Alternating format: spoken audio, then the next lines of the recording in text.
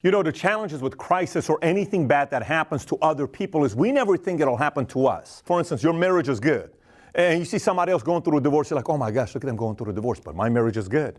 You know, your health is good, but somebody else just had cancer, but it's not me. It'll never happen to me and my family. But somebody else had cancer. Oh, look at the guy's businessman. They're going through a bad time, but we're going through good times. It'll never happen to us. Or, you know, country, oh my gosh, look at the crisis that country's experiencing. But it'll never happen to us because we're rich and powerful. Never to us until it's too late and boom, it happens to you. This happens all the time. Listen, if you turn on your phone, social media, news, TV, whatever you turn on, Venezuela is going to be mentioned by somebody. It is a travesty on what's going on in Venezuela. It is also very sensitive. So I'm going to give two different perspectives in today's video. You know, if you look at what's going on in Venezuela, the average Venezuelan, they say, lost 24 pounds in 2017. Nearly 5 million estimated have escaped and left Venezuela to other countries. Colombia apparently took in 1 million. 1 million students are not going to school because there's no teachers and they don't have food. Kids are eating food like rotten meat is what they're eating because there is nothing to buy. Minimum wage has gone from $3.50 to $7 a month. A cup of coffee that used to cost 450 bolivars to buy costs 2.5 million bolivars to buy today. 5,000 journalists detained because they spoke up against Maduro. You know, just recently, Richard Branson put a big concert in Colombia right across the border. You know, the whole story about what's going on, let's try to free Venezuela. 200 and some thousand people showed up to this concert. Same exact day Maduro put a concert in Venezuela, a few hundred people showed up, saying hands off of Venezuela. Then you got Guaido that is trying to help Venezuelans, the opposition to Maduro, and everyone's wondering what is really going on. So today's episode, I'm going to share with you 10 things that you and I can learn from what's taking place in Venezuela, and I'm going to give you data about oil reserves, about Venezuela, that's going to shock you.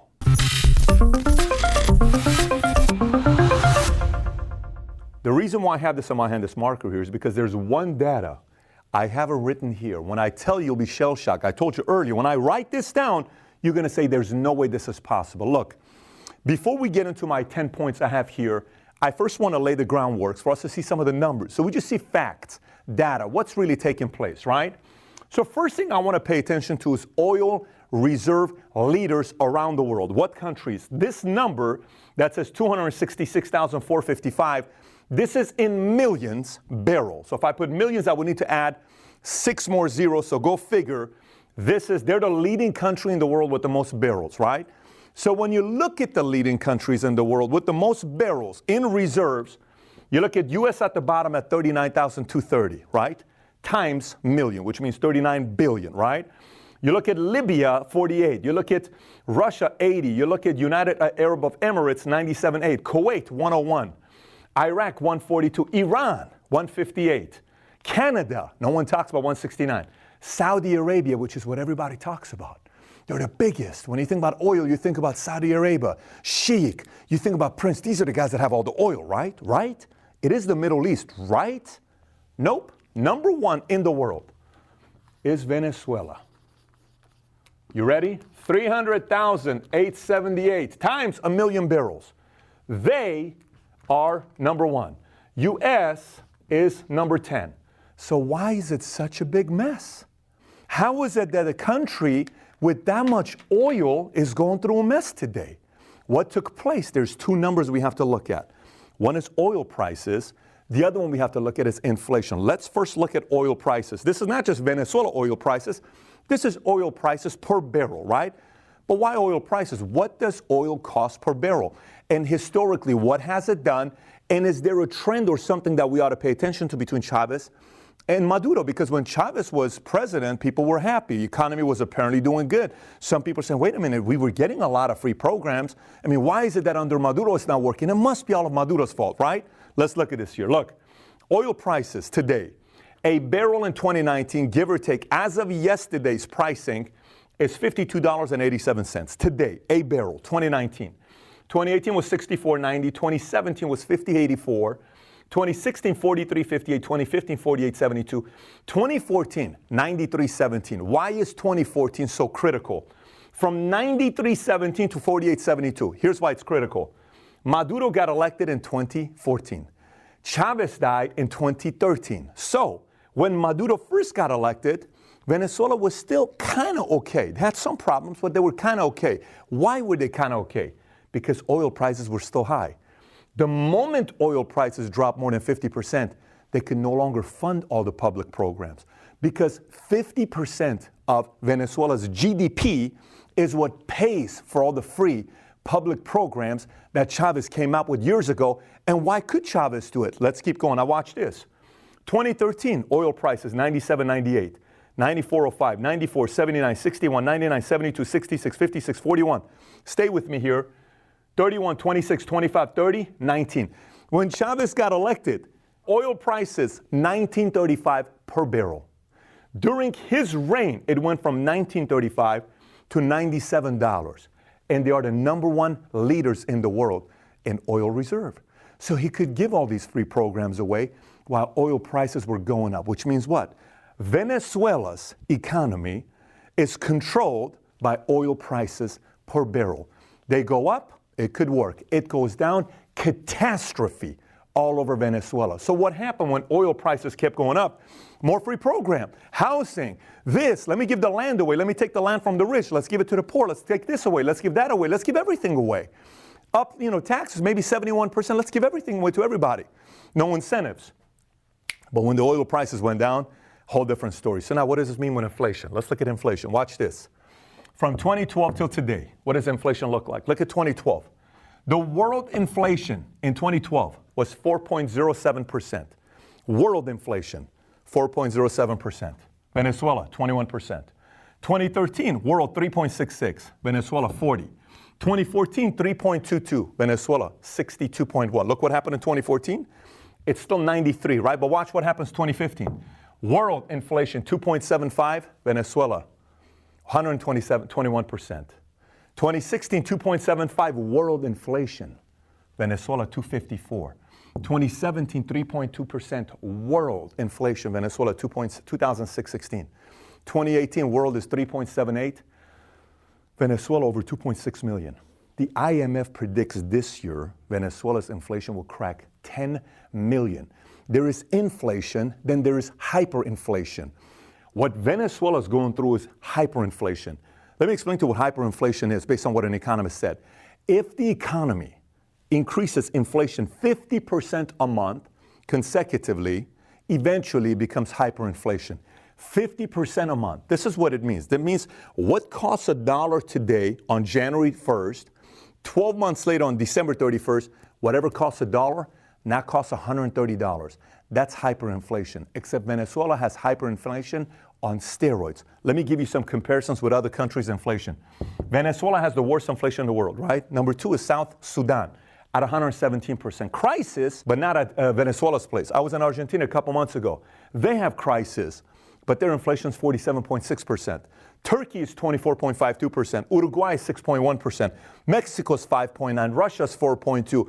India is 3.8%. US is 2.1%. Armenia is 1.9%. And Israel is 0.2%. I just used some of the countries. This is not ranking. The top 3 is Venezuela, South Sudan, Argentina. The rest of them are some notable countries. I want you to be paying attention on what's going on there, right? So here are 10 things I think we can learn from what's taking place in Venezuela. It is a absolute crisis what's taking place over there. But we all have to pay attention to this because sometimes these things can come back and affect you. Number one thing, if your country solely relies on a natural resource and that natural resource's pricing you don't control, other factors around the world can dictate what the price of your oil is going to be per barrel, one thing happens, you're wiped out. When it goes from $93.17 to $48 the next year, and 50% of all the social programs, because Venezuela is a socialistic nation, 50% of the social programs are funded by oil. What do you do when that takes place? Then you have to go in debt. This is why they went and borrowed money, $110 billion they owe, because they have to keep borrowing money to be able to fund all these social programs, right? There are some countries around the world that solely rely on their natural resource. You gotta find other things to rely on except outside of just that. Number 2, when there's no food, when there's no medicine, the nicest person in the world can commit crime if that person has a kid. Let me say this again. Economy's doing bad. You are not letting food in. You are not letting medicine come in. You are burning trucks that are coming through the border to bring food and medicine. And all the money in the world can't buy a medicine that doesn't exist. It doesn't matter what's taking place. Any parent will do anything to put food in the belly of their kids. Anyone is capable of crime when the economy goes. It's very important to keep the economy going, because if you don't, it affects everybody. Crime goes to the roof. Number 3, look, you go to dinner, your dad pays the bill. Fine. You go to dinner, you pay the bill for your dad. Fine. You go to dinner, somebody pays your bill because that person's a millionaire. 1 time, fine. 2 times, fine. You don't work for them. This is a friend. Imagine a guy you party with, okay? And you party with this guy. Every time you go out with this guy that's partying, I got the bill on the house, bar on me, order your drinks, club on me, bottle services, table, all on me. I got it, guys. Oh my gosh, he's so cool. He's so cool. He's so cool. There's 2 problems going on there. 1, the problem is that guy who now has 50 people with his entourage that go to clubs, the day money goes, those 50 people disappear like this. He's buying friends. You're funding friends, right? You know what's the worst thing that's worse than this? The people that are partying with him, who are being paid all their bill, you know what muscle's getting weaker? The muscle of making their own money. If you can't pay your own bill and you solely rely on somebody else to pay your own bill, eventually the ability to pay your own bill goes away. Your muscles become so weak that all of a sudden when it's pulled, it's a crisis. That's what was taking place in Venezuela. Bills being paid, bills being paid, bills being paid. All of a sudden, wipe it out. Wait a minute, what happened here? I was relying on all this stuff. You were paying me for this stuff. You were giving me shelter. You were giving me this. What just took place? And they don't know how to make the money. So what happens to a country like Venezuela, just like it happened to other countries, like I'm from Iran, the job creators, those that know how to make money, who work very hard, they leave to other places, Colombia, Bogota, US, all over the place, because they know they're going to go find a place to make money because they know how to work hard. They'll go to other places, and the economy takes a big hit. Never, ever rely on somebody to pay your bills for the rest of your life. Number 4, one of the most manipulative words you have to be very careful with. Election's about to come out. Everybody's using this word. Free college education. My name is Bernie. Free college, free college, free college. How can we be the richest country in the world and we don't offer free college? How can we be the richest country in the world? Richest country in the world. Free. Boom.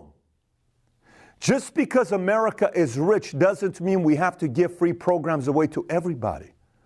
Just because Venezuela is number 1 in oil reserves doesn't mean they have to give it away to everybody.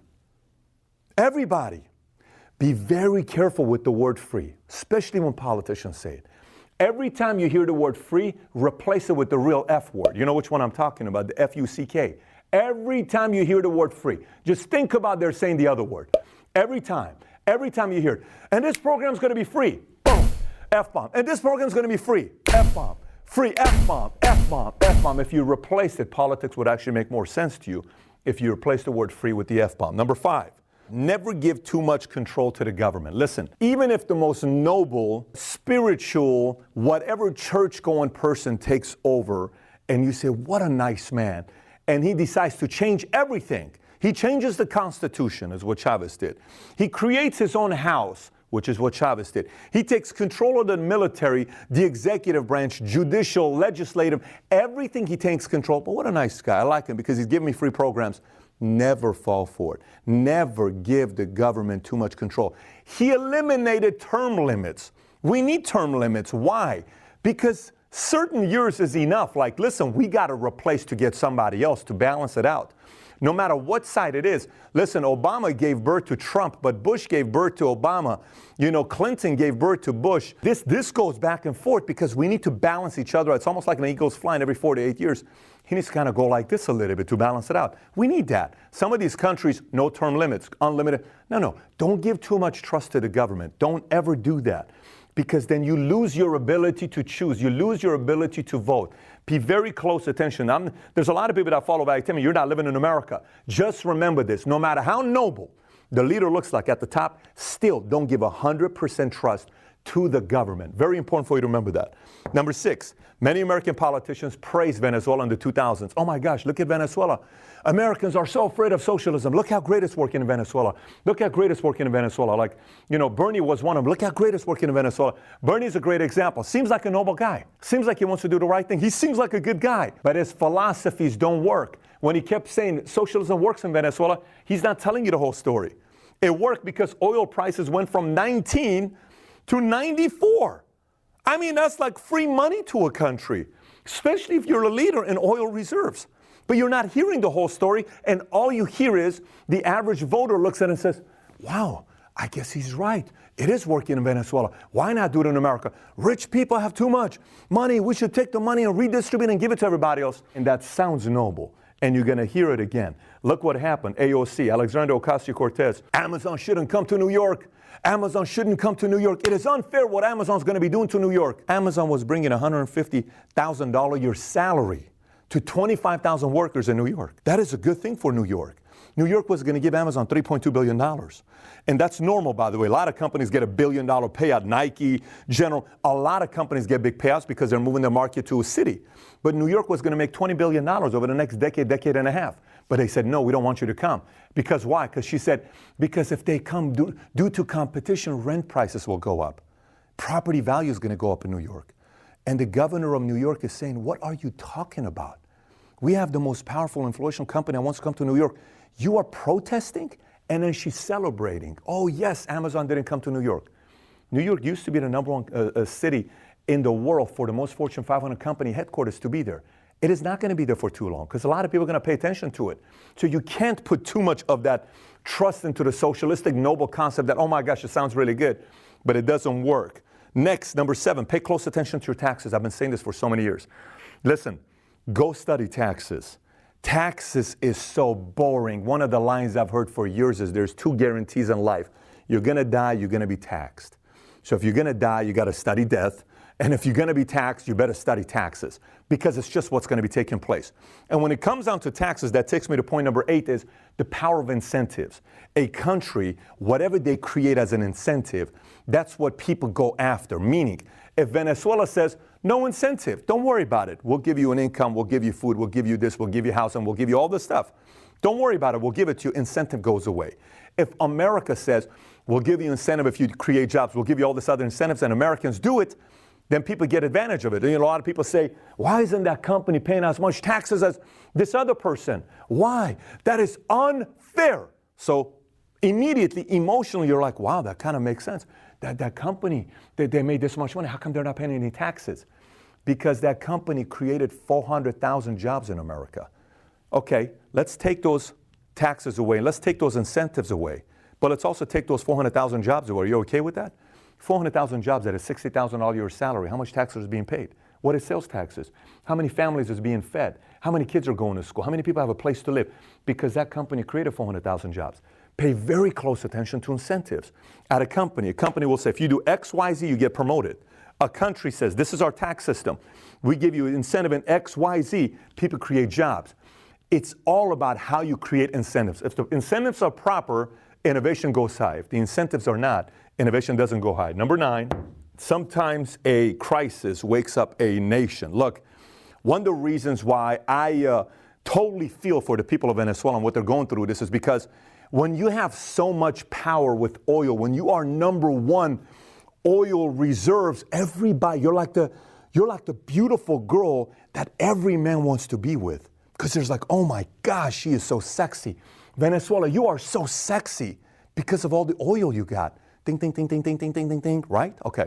Now watch, I'm from Iran. In Iran, there's a city called Abadan. In Iran, this city called Abadan, they found oil. They realized, oh my gosh, there's not just a little bit of oil.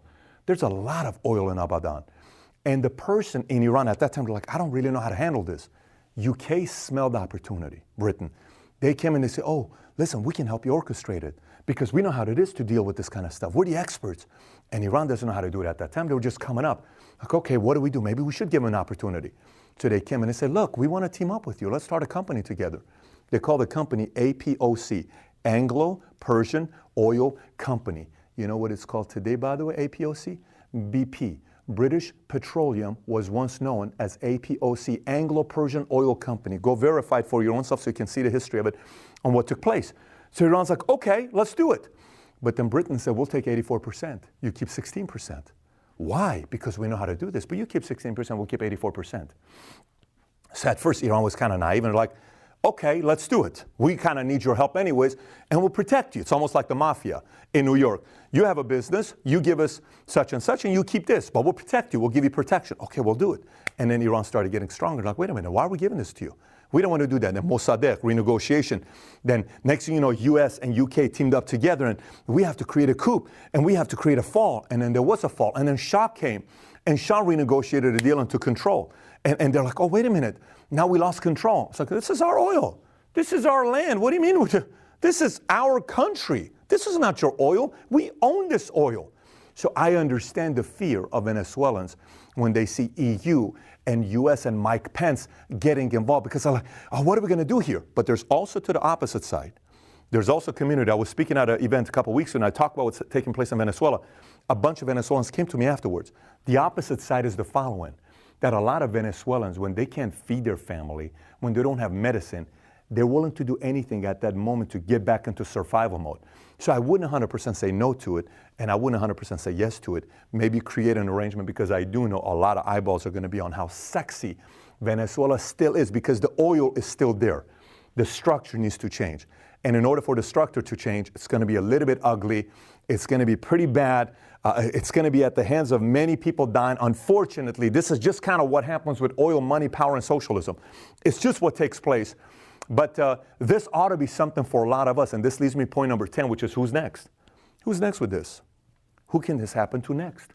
I know a lot of us are looking at it from an outside. Oh my gosh, I feel so bad for people in Venezuela. Oh my gosh, I feel so bad for them. Look what they're going through. Look what they're going through. Do you remember how I opened up the video? That a lot of time we look at somebody else going through divorce, cancer, crisis, issues, business going. We look at other people. Oh, not us, because we're amazing. It'll never happen to me. It'll never happen to my country. It can happen to any empire. That's the one thing. The moment you forget that incentives create hard work, create effort, create movement, create everybody paying the price and paying their own bills, that's what a country can be relying on for a long time, because it's the right values and principles. But if you rely on something for free, something to give away, something you don't have to work for, something that's just going to be given away to you, and all the people that are creating the jobs are becoming too rich, take that land away, take that business away. And they're kind of sitting there saying, well, listen, if I don't have incentives, I want to go to another country. Because entrepreneurs and people who are driven by incentives, no one wants to leave their homeland. I'm from Iran, believe me, no one wants to leave their homeland. But they will gladly leave their homeland if you put them in a position where they cannot give their kids, their blood, the life they want to give. Like this, they will disappear. Because everybody thinks family first. And if a country thinks that way, they keep talent. If they don't think that way, there's a reason why you lose nearly 5 million people that left your country to other places. Whether that number is 2 million or 5 million, Venezuela is the size of Texas. They have 31 million people living there. 2 million is high, 5 million is high, and they're leaving. And it's the hard-working people leaving, not the people that are relying on the programs. It's the people that still know how to work. So as you're watching this, you're saying to yourself, okay, so Pat, I got this. This is amazing what's taking place. What can I do next? A few things. One, I want you to watch the video, The DNA of an Entrepreneur. This is a speech I gave when I lived in an RV and I went from LA to Miami to Toronto to San Fran back to LA. 30 days, I spoke to a few thousand people about the concept of the DNA of an entrepreneur, right? Go watch that video. The link will be over here, The DNA of an Entrepreneur. The other one, if you're Venezuelan, you want to know the history of what happened with Iran with the whole oil, read the book or listen to the audio, All the Shah's Men by Stephen Kinzer. That'll tell you the history of what happened with Iran's oil crisis. And if you want today's PDF of the notes I talked about, text us at 747-260-8461. Once again, 747-260-8461. We will send you the PDF of today's message about the 10 things we all can learn from Venezuela. If you got any questions, comments, comment below. And if you haven't subscribed to the channel, click on the sub button. Thanks so much for watching. Take care, everybody. Bye-bye.